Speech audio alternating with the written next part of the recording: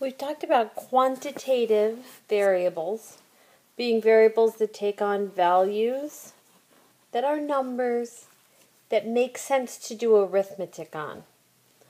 There's a lot of very interesting ways to display that data once you've collected it. When you're looking at a distribution of quantitative data, when you see these visual displays, what you want to be looking for is the overall pattern of the graph, deviations from the overall pattern. So you want to look at what's the basic trend, what does most of it look like? Is there anywhere where it doesn't look like what most of the rest of it looks like? Shape of the data and center of the data. So where's the middle point and what's the shape around that middle point? Spread of the data or variation, how spread out is it? And outliers, things that are really not typical, that really seriously deviate from the overall pattern. The shape of the data could be symmetric or bell-shaped or other symmetric shapes. But symmetric, basically, remember, symmetric means that if you draw a line down the middle, each side looks like a mirror reflection of the other side. Asymmetric is a word that means not symmetric. And it can be skewed, pushed off in one direction or another. Either right skewed or left skewed. And then we have these words unimodal and bimodal. Unimodal means it has one peak.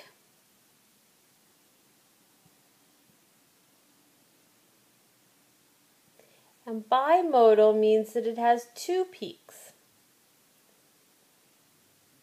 Two high points in the data. So one peak might look like this, but two peaks might look like this.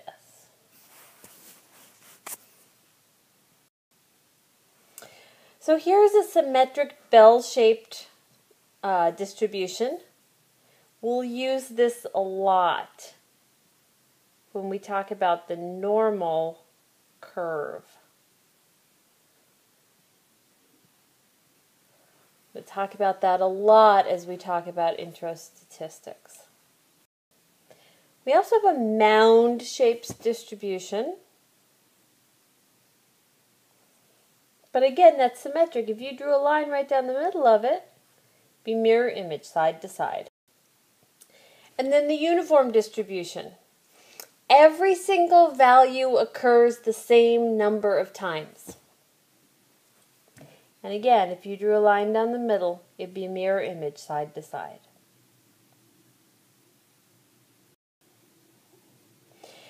Now this is asymmetric. If you drew a line down the middle, it would not be a mirror image, side to side. And this is skewed to the left because the longer tail, this is called a tail, and the long tail is on the left. So even though most of the data piles up on the right, it's skew left because the tail is on the left. This one is skewed to the right because here the tail is on the right.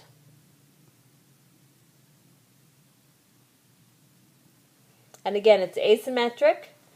It's not the same on both sides. Now we're going to talk about how you actually calculate whether or not something is an outlier. But here we just want to talk about basically what does that mean if something's an outlier. Well, that means that it is an extreme value that falls outside of the pattern of the overall data. Could occur naturally, or it could be due to some error in recording or measuring. Like somebody meant to write down 50 and they wrote down 5. Or the observational unit may be fundamentally different. Maybe somebody measured something in centimeters instead of in inches and recorded it without converting.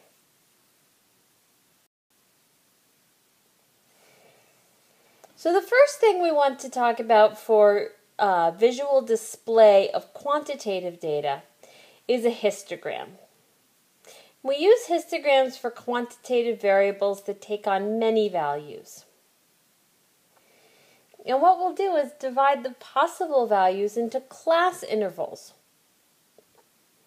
Now you can do equal width or not equal width, and some of the technology you use, some calculators or statistical programs will give you the option. For our purposes, we're only going to talk about equal widths. And you can count how many observations fall into each interval. You can change those to percents if you want, so you can either have raw numbers or percents. And then you can draw a picture representing that distribution. So let's look at an example to see what that's going to look like. How many intervals would you want to have? Well, it's going to vary depending on what your variable is and what your sample size is and what you have. But one thing you can do is you can take the square root of the sample size and round up if you need to round. So say we had something where we polled 100 people. The square root of the sample size is how many individuals you measured that variable for. The sample size, if it were 100, then you divide the range of the data, the max minus the minimum, by the number of intervals desired, and you'll round that to a convenient number. So say that we had a sample size of 100, we might want 10 intervals for that. And say our data went from a maximum of 85 to a minimum of 15. So that our range would be 70. If we divide that by 10, we get 7. So each interval would have a size of 7. And we have to pick things so that each observation can only fall in exactly one interval. So we can't go like 1 to 10, 10 to 20, 20 to 30, because then 10 and 20, an observation that was spot on those, would then fall in two different classes. So we need to make sure that we avoid that. So here we're going to look at weight data from an introductory statistics class. So here is the individual weights of every student in that class. Now if we look at all this, it's really hard to tell if there are any trends in this, if it's symmetric data. It's just a bunch of numbers at this point. So we're going to put it into a histogram so that we can see the shape, and it's not just a list of numbers to us anymore.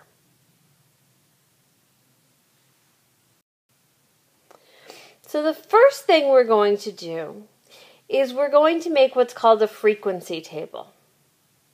So we take each weight group and we write a count of it. Now, there were 53 individuals, right?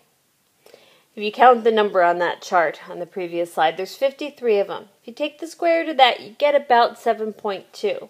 And what was the kind of rule of thumb was to round up. So that's where we got 8 different intervals. The heaviest person in the class was 260 pounds. The lightest person in the class was 100 pounds. And if we subtract those, we get 160. Divide 160 by 8 and we get 20. So we're going to have a class width of 20. You'll see better, I think, when you look at the picture of a histogram, why it's called width.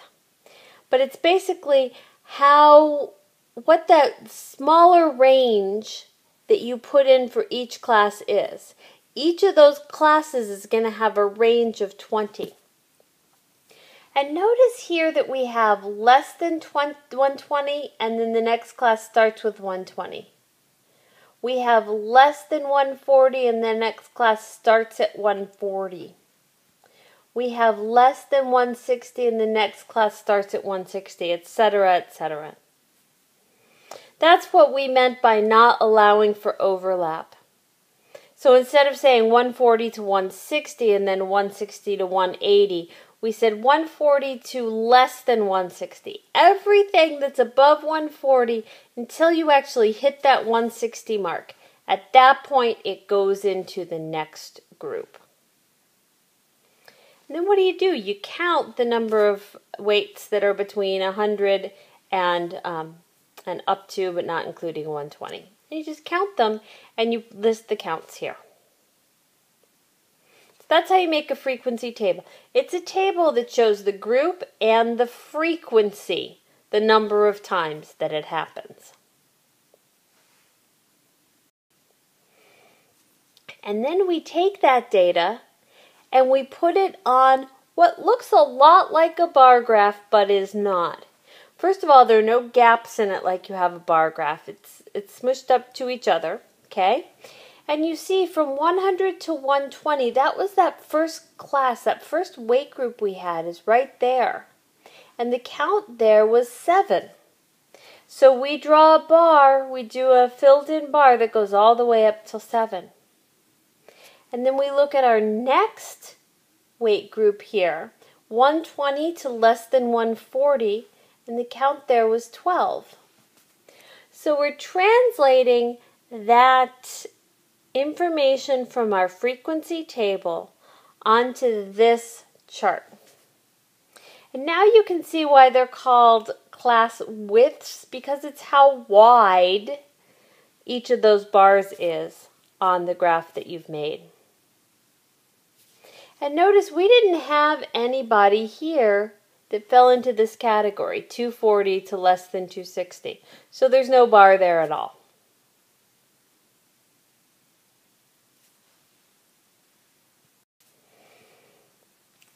Another way we can demonstrate quantitative variables is what we call stem and leaf plots. And we'll separate each observation into a stem, comprising of the first part of the number, and a leaf, the remaining part of the number. So for instance, if we had this number 95, we kind of split that in half. The 9 is the stem, the 5 is the leaf.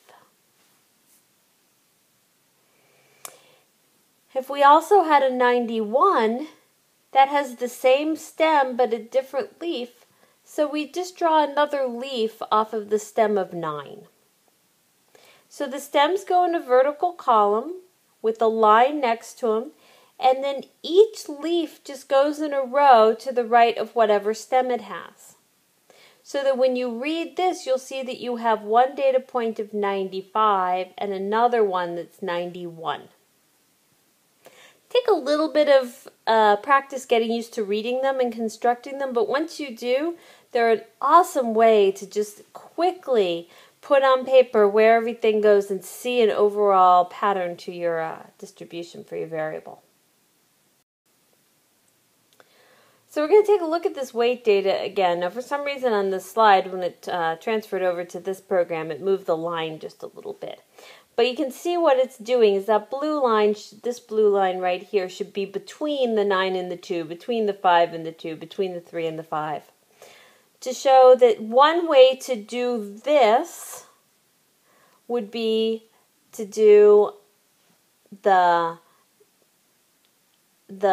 stem going hundreds and tens, and the leaf portion being just the ones portion of the number.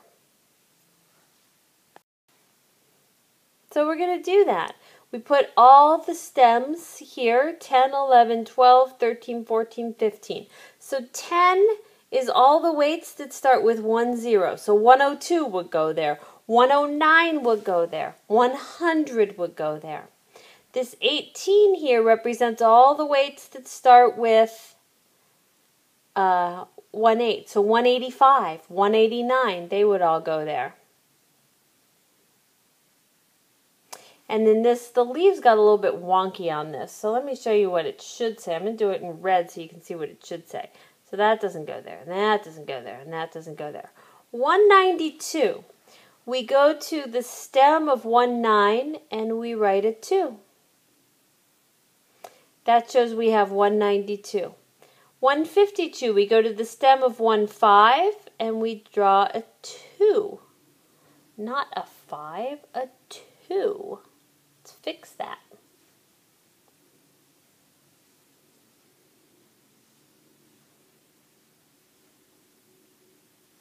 Okay. And then 135, we go to the 13, and that's where we write a 5.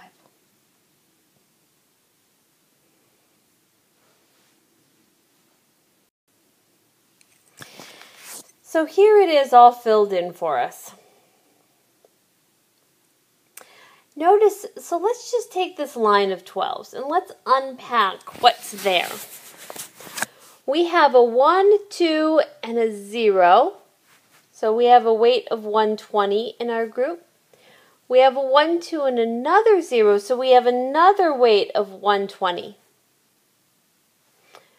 We have a 1, 2, and a 3. That gives us a 123. The 4 means there was a 124. The 5 means there was a 125. The 7 means that there was a 127, and the 8 means there was a 128.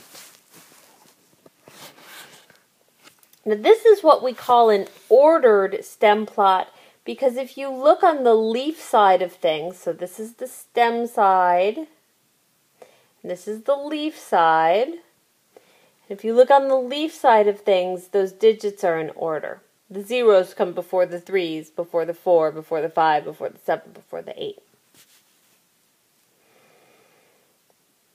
And if you look at it, you can see an overall pattern to the data.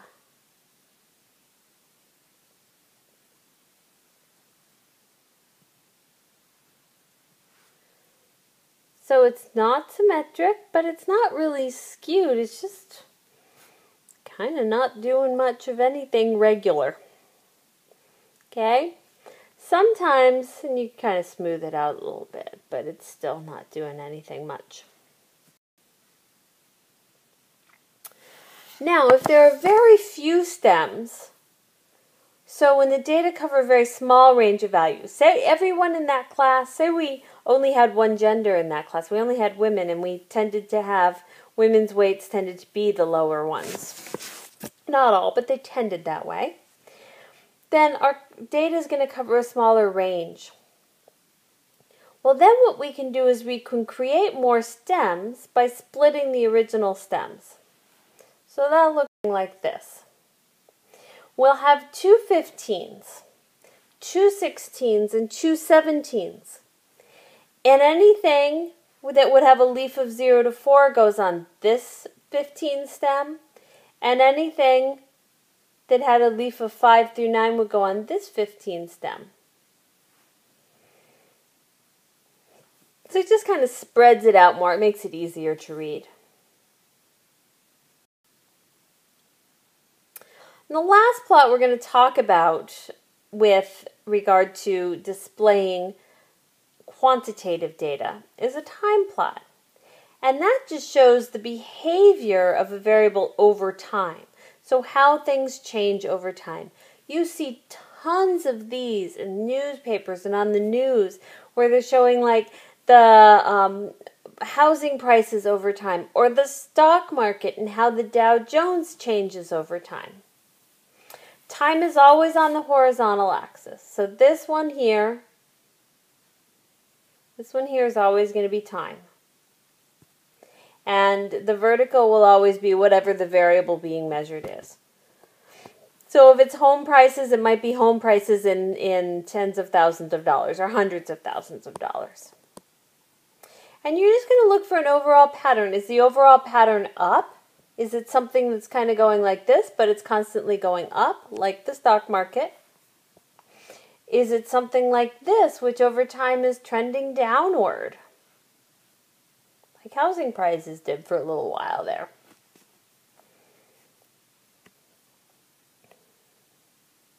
And you'll take the data points, and sometimes connecting them by lines emphasizes the trend. And then you just want to look for patterns at repeated regular intervals, like seasonal variations. Temperature over time, you can see the seasonal variations in temperature.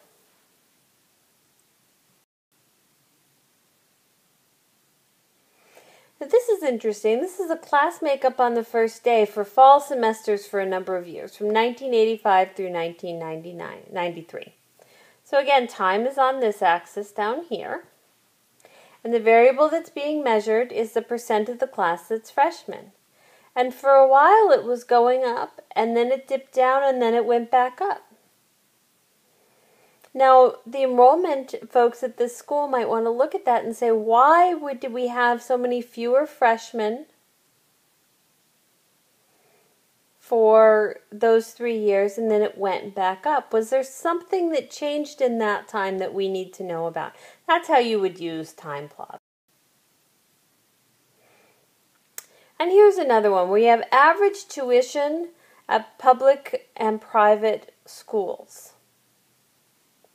You notice that both of them are trending up, but look, the private school tuition, they were both kind of flat in this part, right? I mean, it's going up a little bit, but for the most part, it's kind of flat. It doesn't go up much or down much, it has a little bit of fluctuation. Then when we hit this, boy, the private tuition starts to take off. It's going up at a pretty steady clip. And public is still going up, but it's not going up nearly as fast. So that's when time plots are really helpful, to look at these trends over time.